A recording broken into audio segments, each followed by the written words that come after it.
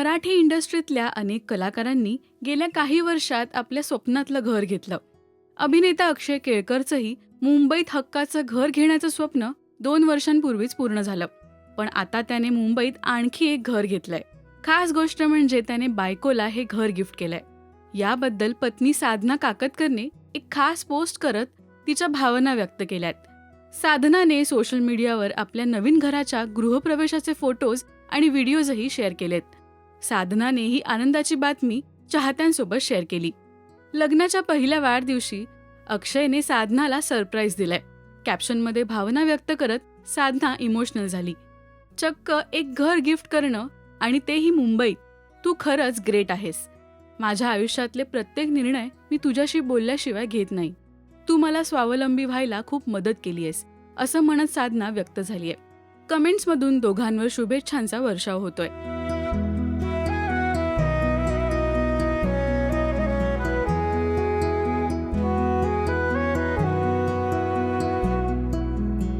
अक्षय केळकर त्याच्या घराबद्दल, या स्वप्नाबद्दल राजश्री मराठीशी गप्पा मारताना व्यक्त झाला होता.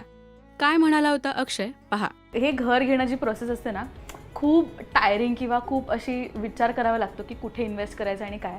ह्या सगळ्या जर्नीमध्ये कोणत्या मित्रांनी किंवा कोणी जास्त साथ दिली हे आवर्जून आठवतात? म्हणजे माझ्या सगळ्यात जवळचे सगळेच मित्रांनी मला ते की ले रे, तू एकदा विहिरीत पडला की तुला पोहता येतं आणि तुझ्यात ती डेअरिंग आहे आणि तू ते करू शकतोस, असं सगळ्यांनी पाठबळ दिलं होतं. पण प्रथमेश परब मला प्रचंड मागे लागला होता आयुष्यात की हे बाबा करणार आहे असं वगैरे.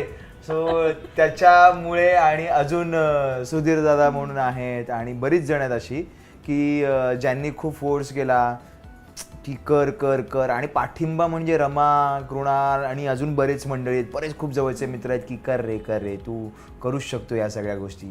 सो त्यांच्या कृपेने हे घर झालेलं आहे. आणि आई आणि पप्पांनी सुद्धा खूप सपोर्ट केला की कर कर कर म्हणून. तेच मेन असतं ना की आईबाबांचा विश्वास लागतो. कारण त्यांचा पहिल्यापासून विश्वास आहे. त्यांनी कधीच मला कुठल्याच गोष्टीला अडवलं नाही आहे. मग ते होतं ना की सामान्य घरातनं आल्यानंतर की बाबा तू ॲक्टिंग क्षेत्रापासून लांब आहे. सो ॲक्टिंग क्षेत्र तरी आता लोकांना कळते की रीलच्या माध्यमातून लोक पैसे कमवतात किंवा टेलिव्हिजनवर काम करून सिनेमामधनं 4 पैसे मिळतात. सो चित्रकार होणं हे अतिसामान्य गरिबीच म्हणेन मी, त्या कुटुंबात अशक्य आहे. म्हणजे लोकांनी लगेच की बाबा तू कर.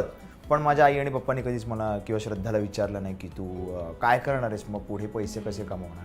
त्यांना माहिती होतं की दोघं बरी पोरं जन्माला आपण दिले आणि चांगले संस्कार केले, त्यामुळे ते होऊनच आहे. अक्षय आणि साधनाचं राजश्री मराठीकडून मनपूर्वक अभिनंदन. मराठी मालिका विश्वातील बातम्या, अपडेट्स आणि गॉसिपसाठी सबस्क्राईब करा राजश्री मराठी शोबस.